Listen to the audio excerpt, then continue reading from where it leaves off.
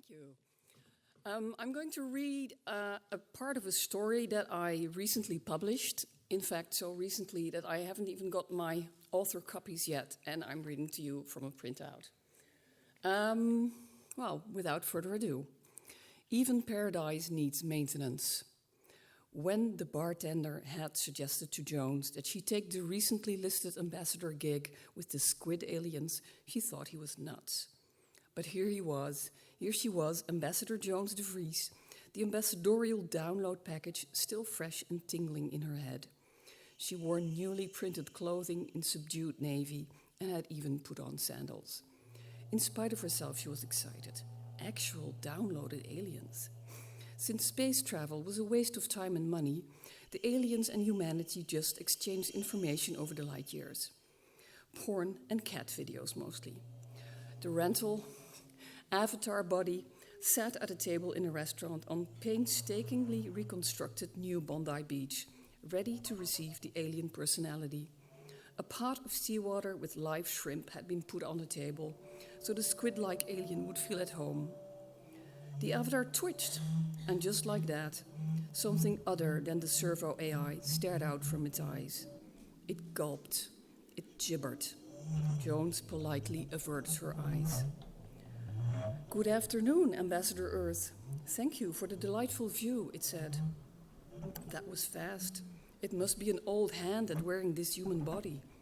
It was a slender, Asian-looking male body, the same height as Jones, who was tall for a woman.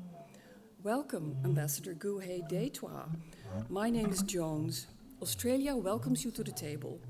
Would you like to eat first, or shall we discuss trade?" A silly question. A rental avatar could only ingest special sludge.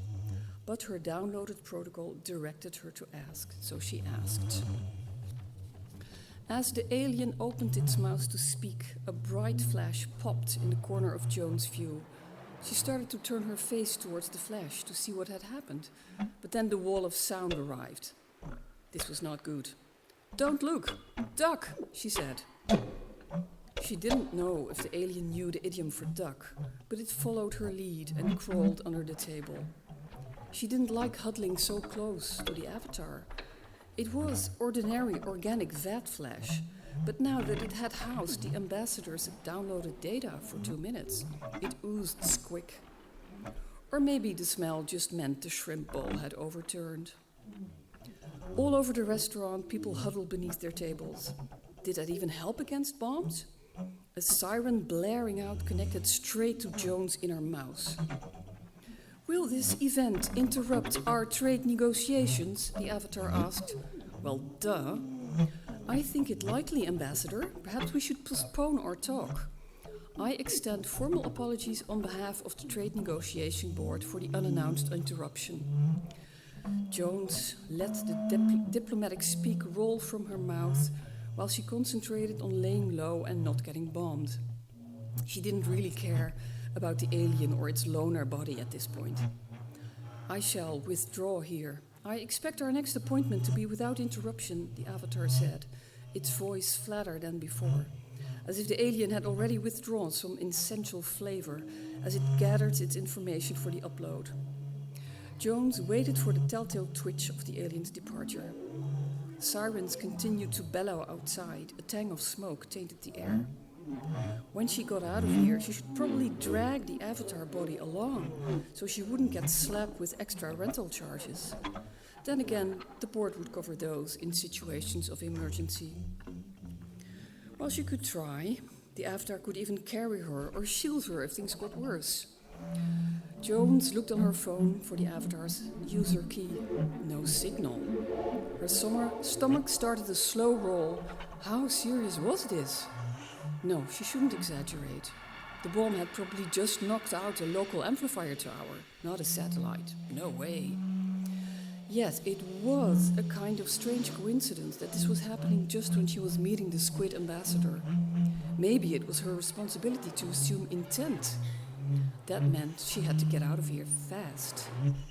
Escaping over the parapet down to the beach seemed the safest option. She should check if the ambassador had managed to leave yet. "Avatar 513C6, follow me, this human being, ID AU 201-9283427. Shield this human from harm. The avatar turned its head slowly, as if underwater. Oh no. Please refrain from giving orders. Ambassador Guhe Detwa is still present in this body, it said. I could not upload. It's your duty under the Treaty of 2044 to preserve this information. Frack. So not what she needed. The ambassador's information had to end up intact, which meant it needed a breathing body to keep its organic brain working. Nobody wanted the aliens to get angry and interrupt the steady stream of virtual hentai. Then we make a run for it, she said. Get up, jump down on the beach and run after me. I will keep you safe. Agreed. Jones rolled over the railing. Not as much fun as it looked in the movies. Every time her face came up, she saw the alien flailing its limbs as it rolled after her. She clambered over the railing, banging her knee, and dropped down on New Bondi Beach. The alien flubbed the climbing, as bad as drawling. But in the end, it managed to lever its mass over the parapet. It flopped down and uttered a cry of surprise. Gravity, it panted. Jones got that. She grasped its hand and heaved it up onto its feet. It fell down again. Don't override the reflexes, she said. That body knows how to walk. I think the body is signaling pain. I'm guessing some kind of damage? The fool thing had twisted its perfect avatar ankle. Set it down straight, keep your weight on the other leg, and let's run. We need to get out of here.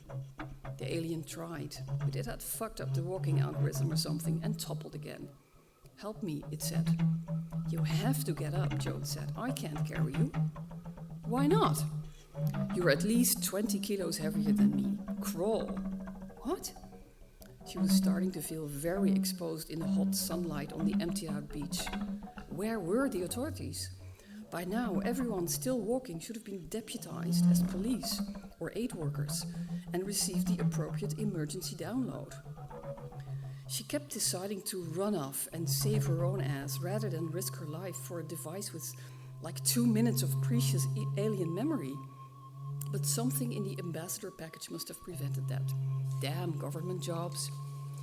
In the end, she got down on her knees and demonstrated crawling. The alien was giving it a good try, but it really hadn't gotten the hang of using its hands and knees. It was about 500 meters across the now deserted beach to the next building. Rapid footsteps approached. 2 hairy-faced guys in full combat gear with guns. No government ID on their foreheads. Right. This was about the alien all along, as she'd suspected. Maybe a religious faction that wanted to stop humanity from watching tentacle porn? Grab the avatar, it's got a squid inside.